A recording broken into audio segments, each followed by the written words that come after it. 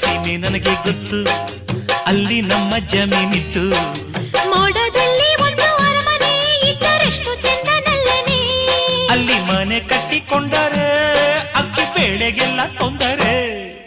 ಕನಸಲು ನೀನೆ ಮನಸಲು ನೀನೆ, ನನ್ನಾಣೆ ನಿನ್ನಾಣೆ, ನನ್ನಾಣೆ ನಿನ್ನಾಣೆ.